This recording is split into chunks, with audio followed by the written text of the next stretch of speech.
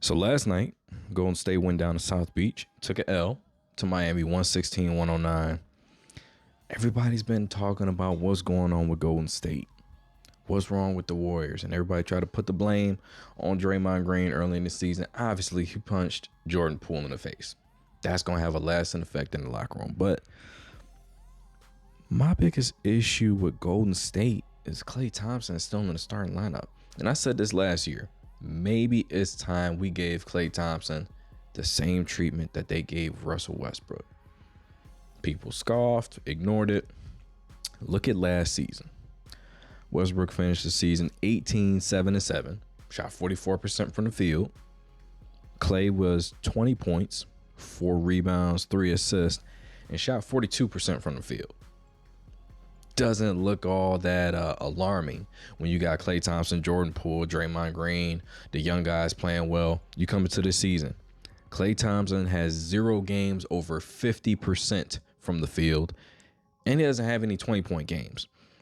13.3 points per game, 3 rebounds a game, 3 assists a game, and from an analytics standpoint, player efficient rating 7.47. That's not 17. That's not 27. That's it. That's a 7.47. 35% from the field and 29 from 3. Steph leads the team in points, rebounds, assists, steals, 3 points made, 3-point percentage, free throw makes, free throw percentage, and the Warriors are 0-4 on the road and 3-5. It will make more sense to bring Klay off the bench because 1, he's struggling. 2, you have Jordan Poole. All right. The reason why having Jordan Poole is so important because he can play the point and he could be a shooting guard. If I'm Golden State, I would give Jordan Poole a lot less time with Steph, put him in a starting lineup, give him maybe 5 to 10 minutes with Steph, and then have him run the second unit with Klay, run the offense through Klay Thompson, see if you can get him going. But the biggest thing that's facing them is time.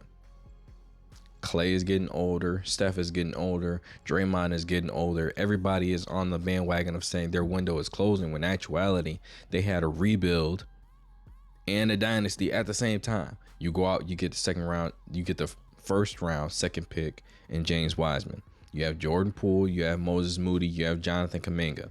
You still have Kevon Looney. If I'm not mistaken, Looney is only 26, 27, so he's still young and he got himself a new deal. You have Dante DiVincenzo. You have a litany of young athletic guys that can shoot the ball and play defense and play at any pace you want to, any size lineup you want to.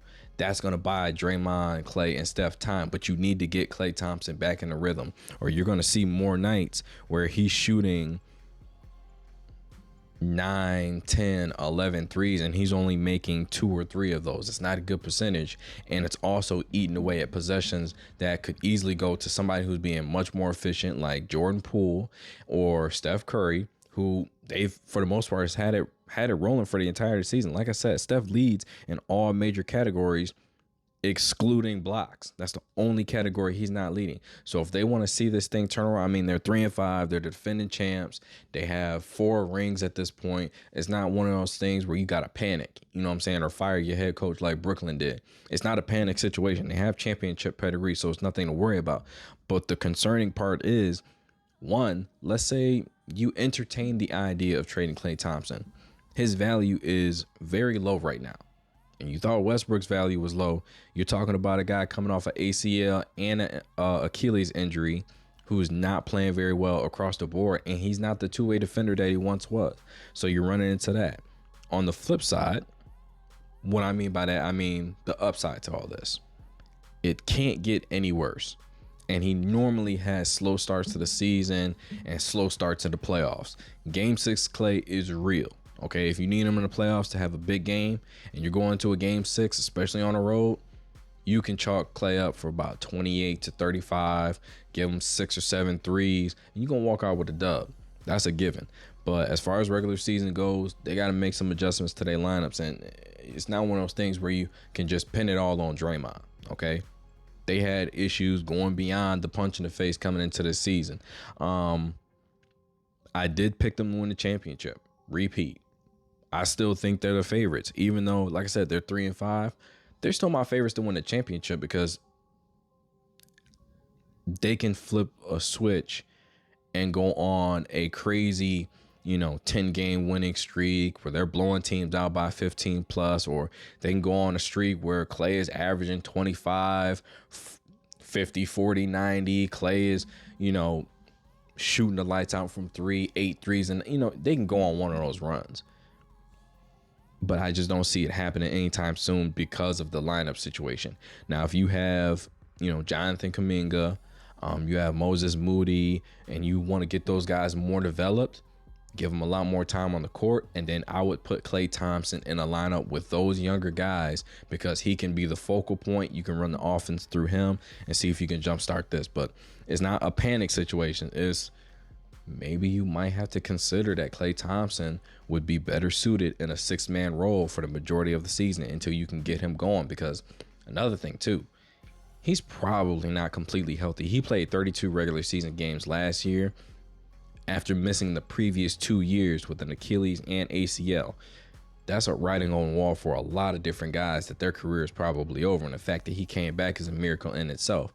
But he is getting older. He's over that 30 hump. It's time to start, thinking, all right, maybe we should make you a little bit more like a Manu Ginobili. You're still a focal point of offense. We still run plays through you. We still run plays for you, but you're not going to get that starting spot because we have younger guys coming up.